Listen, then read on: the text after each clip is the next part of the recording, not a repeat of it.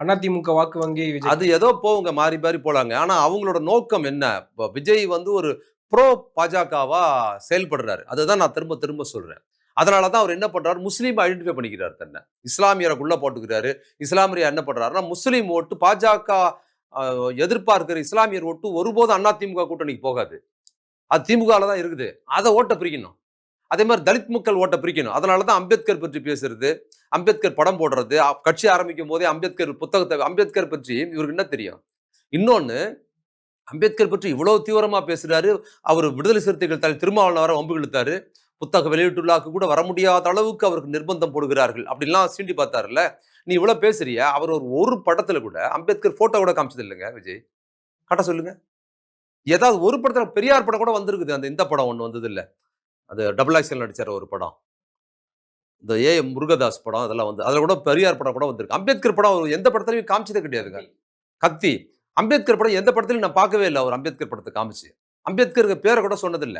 ஆனா இன்னைக்கு என்ன பண்றாருன்னா, அம்பேத்கர் தான் மெயின் ஸ்ட்ரீமா பேசுறாரு. நீங்க பெரியார வந்து ஐடியாலஜிக்கு பயன்படுத்துறாரு. ஆனா கட்சி ஆரம்பிச்ச உடனே அம்பேத்கர் நூல் வெளியீட்டு விழா, அந்த ஆதவ அர்ஜுனாங்கிற நபர் விடுதலை சிறுத்தைகள்ல இருந்துகிட்டு வேணும்னே ஒரு விஜய் மூலமா இங்க ஒரு லாபி பண்ணாருல்ல. இதெல்லாம் எத வச்சு நடந்ததுங்கிறீங்க? தலித் மக்கள் ஓட்டை வாங்குவது, இஸ்லாமியர் ஓட்டை அடையாளப்படுத்தினா, திமுகவுக்கு பெரும்பான்மையாக இருக்கிற பாஜக எதிர்ப்பு ஓட்டுங்கிறது மையமான 2 ஓட்டு இருக்கு. இதுக்கு முன்னாடிலாம் தலித் மக்கள் ஓட்டு பெருவாரியா அதிமுகவுக்கு இருந்தது ஜெயலலிதா, எம்ஜிஆர் காலம் வரைக்கும். இப்ப 4, 5 ஆண்டுகள்ல போன சட்டசபை தேர்தல்லயே இவர் தளபதி பொறுப்புக்கு வந்ததுக்கு பிற்பாடு, கட்சி தலைமையா வந்ததுக்கு பிற்பாடு, தலித் மக்கள் ஓட்டு பெரும்பான்மை இங்க வந்திருக்குது. இந்த ஆட்சியில அதிகமா தலித் மக்கள் ஓட்டு திமுக பக்கம் வந்திருக்குது. அந்த முஸ்லீம் ஓட்டு இதையும் சாலிடா பிரிச்சாச்சுன்னு சொன்னா, அப்போ வந்து நமக்கு வந்து மத்த ஓட்டு இந்த பக்கம் அதிமுக, பாஜக கூட்டணிக்கு கிடைக்கிறதுக்கு வாய்ப்பா இருக்குங்கிற கால்குலேஷனுக்கு தான் விஜய் நிப்பாட்டப்படுறாரு. அதுதான் நடக்குது. அதுக்காக தான் நடக்குறாரு.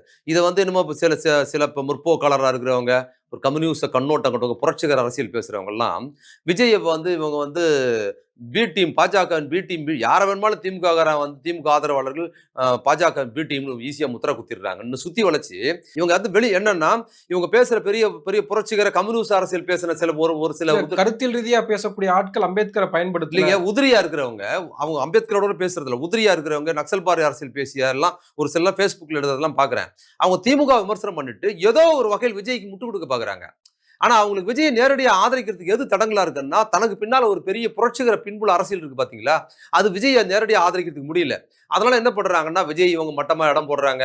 ஆனா மக்கள் மத்தியில யாருக்கு செல்வாக்கு இருக்குன்னு பாக்குறது ஒரு முக்கியமானது. அதனால திமுக வந்து இப்படி பாக்குறது அலட்சியமா இருக்கக்கூடாது அப்படின்னு விஜய்க்கு ஒரு முட்டு கொடுப்பதும், அப்புறம் விஜய் இவங்க யாரை பாரு பிஜேபியின் பி டீம்னு சொல்றது,